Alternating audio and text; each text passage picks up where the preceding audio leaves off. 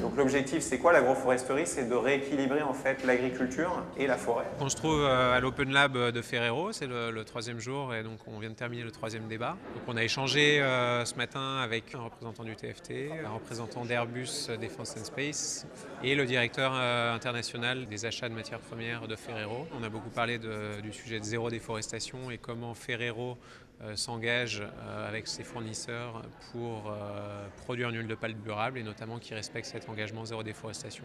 On va utiliser là un ensemble d'outils mixant optique et radar. Nous, Airbus, nous avons expliqué le service Starling, service que Ferrero va adopter dans une logique pilote.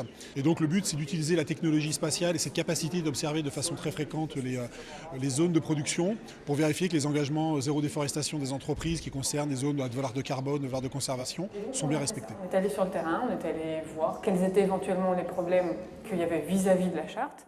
L'idée aujourd'hui, c'était d'expliquer en fait au public les pratiques de terrain, d'expliquer le contexte de l'huile de palme sur le terrain et d'expliquer quelles sont les prochaines étapes, en l'occurrence dans la mise en œuvre de la charte, etc.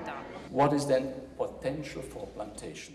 Et aujourd'hui, je pense, ça a été vraiment une opportunité de faire savoir qu'est-ce qu'on fait. On a la durabilité un peu dans notre DNA parce qu'on est né avec le concept d'être toujours éthique vers le fournisseur. Par exemple, on a des fournisseurs qu'on a travaillé déjà plus de 40 ans ensemble, dans une certaine fidélité.